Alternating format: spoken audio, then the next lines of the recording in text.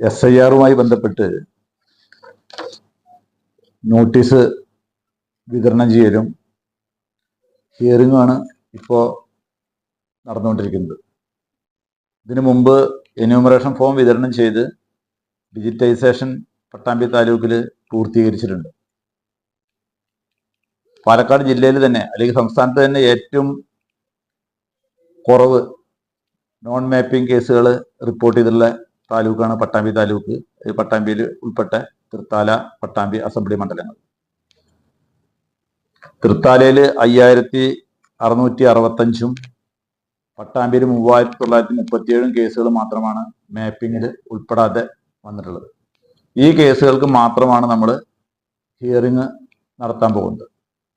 അവർക്കുള്ള notice generation ഏതാണ്ട് പൂർണ്ണമായിട്ടുണ്ട്. അതിൻ്റെ പ്രിൻ്റ് എടുത്ത് BLOമാരിലെത്തി കഴിഞ്ഞിട്ടുണ്ട്. ഹിയറിംഗ് ഷെഡ്യൂൾ ചെയ്തുള്ളത് 8-ാം തീയതി മുതൽ 23-ാം തീയതി വരെയുള്ള തീയതികളാണ്, ജനുവരി.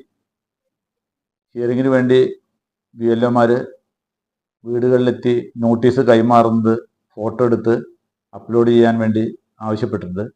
അതിനോടൊപ്പം തന്നെ ഹിയറിംഗ് സ്ഥലത്ത് ഹാജരാവാനും ആവശ്യപ്പെട്ടിട്ടുണ്ട്. കൃത്യമായ ഡോക്യുമെൻറ്റുകൾ അപ്ലോഡ് ചെയ്ത കേസുകളിൽ ഹിയറിംഗ് ആവശ്യമില്ല എന്നുള്ളത് CEO തന്നെ വ്യക്തമാക്കിയുള്ള സാഹചര്യത്തിൽ പരമാവധി ഹിയറിങ്ങിന് ഹാജരാവാതെ നമ്മൾ ഈ ആൾക്കാരെ പേര് നിലനിർത്താനാണ് ഉദ്ദേശിക്കുന്നത്. ഇതുമായി ബന്ധപ്പെട്ട് ഇന്നലെ മുതൽ, അതായത് 8-ാം തീയതി ഹിയറിംഗ് നടന്നിട്ടുണ്ട്. വലിയ പ്രശ്നങ്ങളില്ലാതെ തന്നെ മുന്നോട്ട് പോയിക്കൊണ്ടിരിക്കുകയാണ്.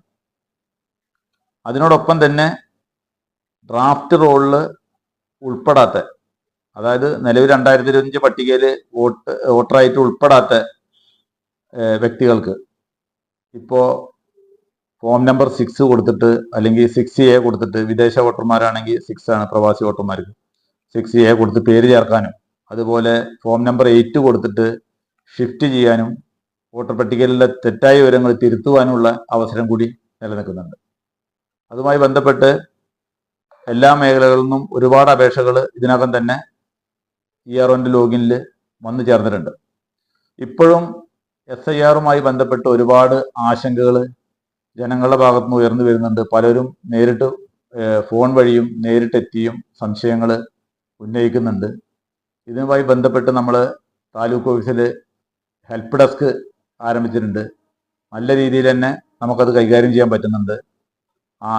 പ്രധാനപ്പെട്ട ആശങ്കകൾ, വളരെ ജെനുവിനായിട്ടുള്ള ആശങ്കകൾ ആർക്കെങ്കിലും പരിഹരിക്കപ്പെടാതുണ്ടെങ്കിൽ BLOമാരുടെ അടുത്ത് സംസാരിച്ചു കഴിഞ്ഞാൽ തന്നെ പ്രധാനപ്പെട്ട ആശങ്കകൾ ദൂരീകരിക്കാൻ കഴിയും.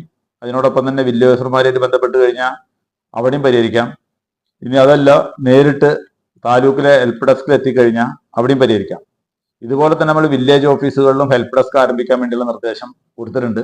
അവിടെ നിങ്ങളുടെ പ്രശ്നങ്ങൾ പരിഹരിക്കുന്നതാണ്.